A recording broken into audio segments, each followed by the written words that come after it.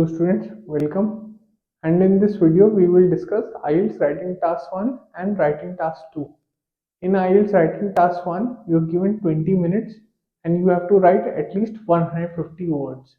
While in IELTS Writing Task 2, you are given 40 minutes and you have to at least write 250 words. Okay, so now let's begin Task 1.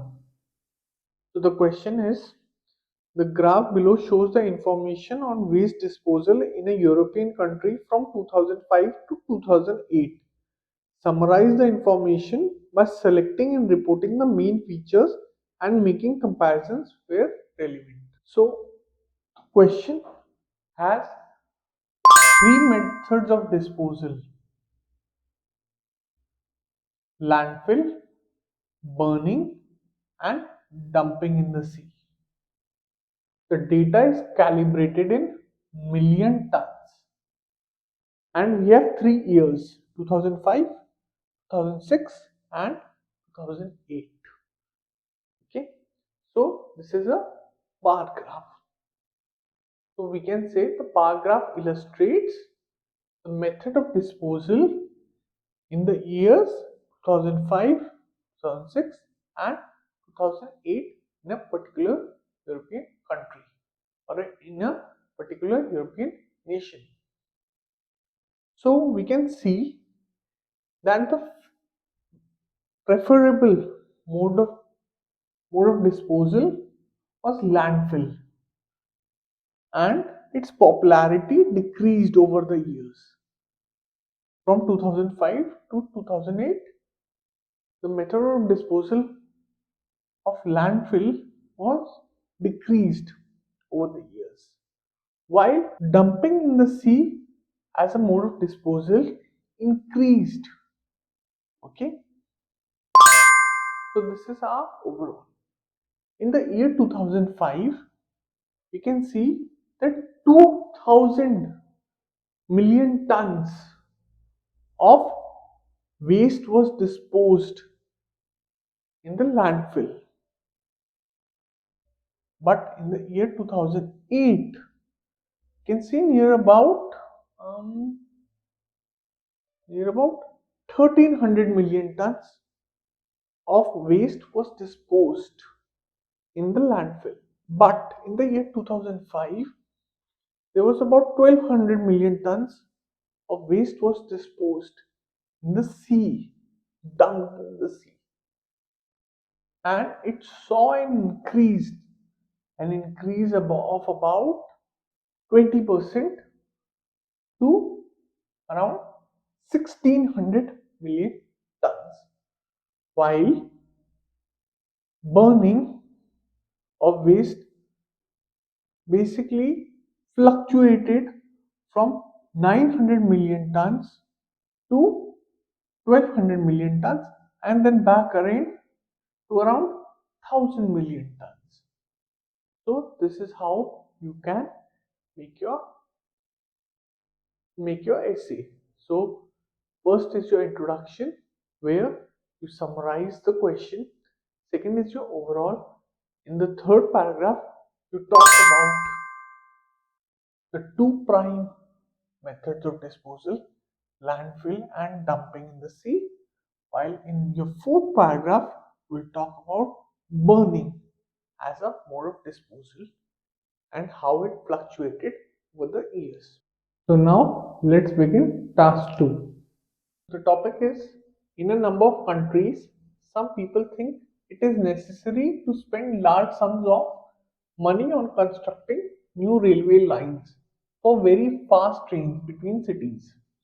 Others believe the money should be spent on improving existing public transport. Discuss both views and give your opinion.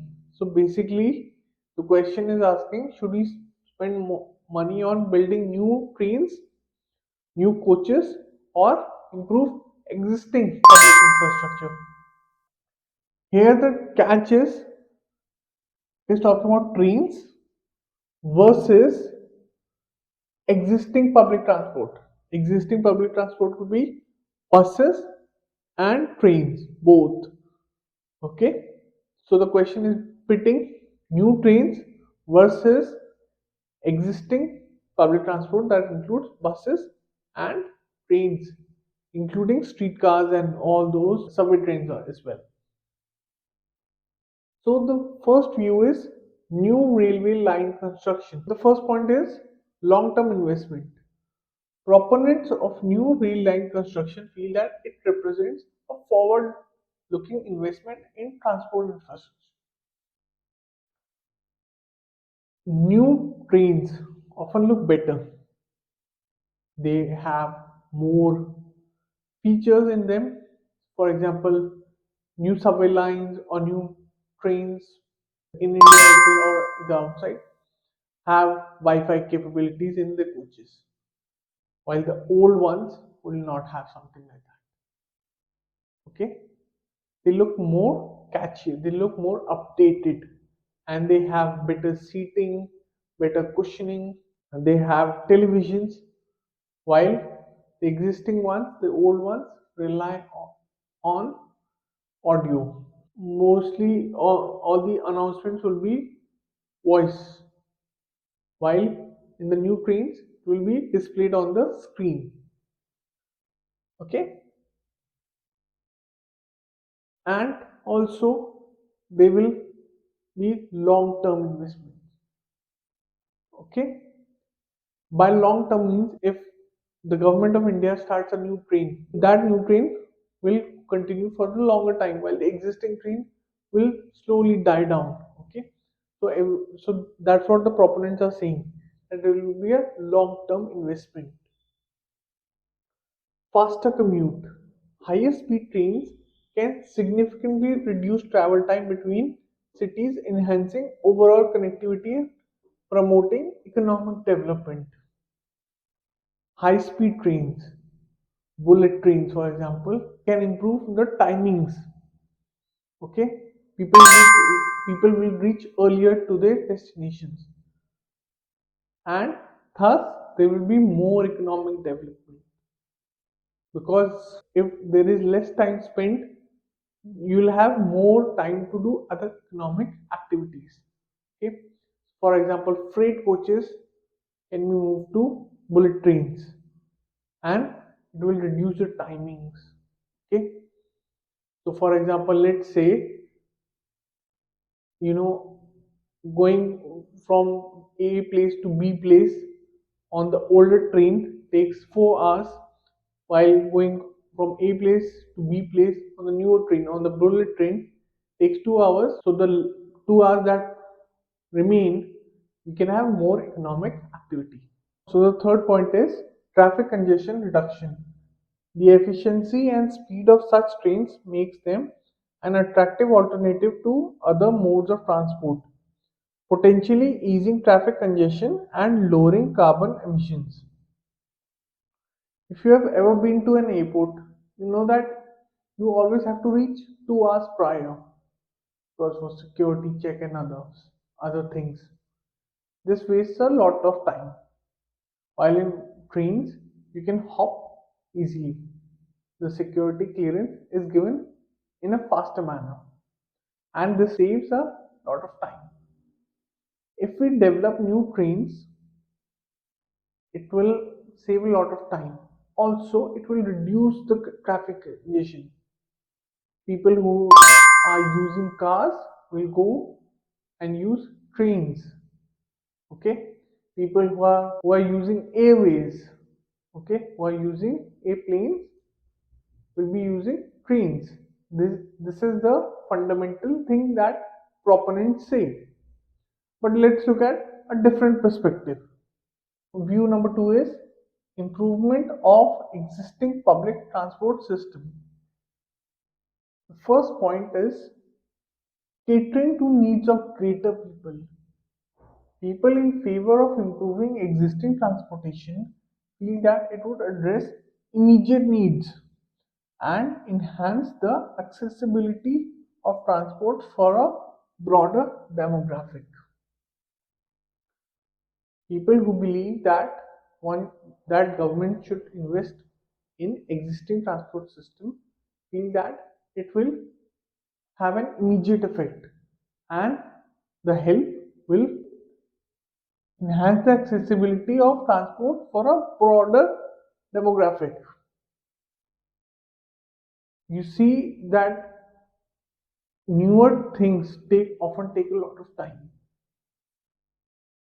and there are lots of bureaucratic holes as well. While if we improve on the existing transportation system, it will help the people immediately and have a wider effect. Okay. The second point is reliable transport. Upgrading buses, trains, and other current modes of public transit could make them more reliable, comfortable, and affordable. Okay. If we invest in existing transportation systems, we can make them comfortable. We can incorporate new features in older coaches or older buses and make them more comfortable. Governments can provide subsidy and make them more affordable as well. So the question is asking, discuss both views and give your opinion.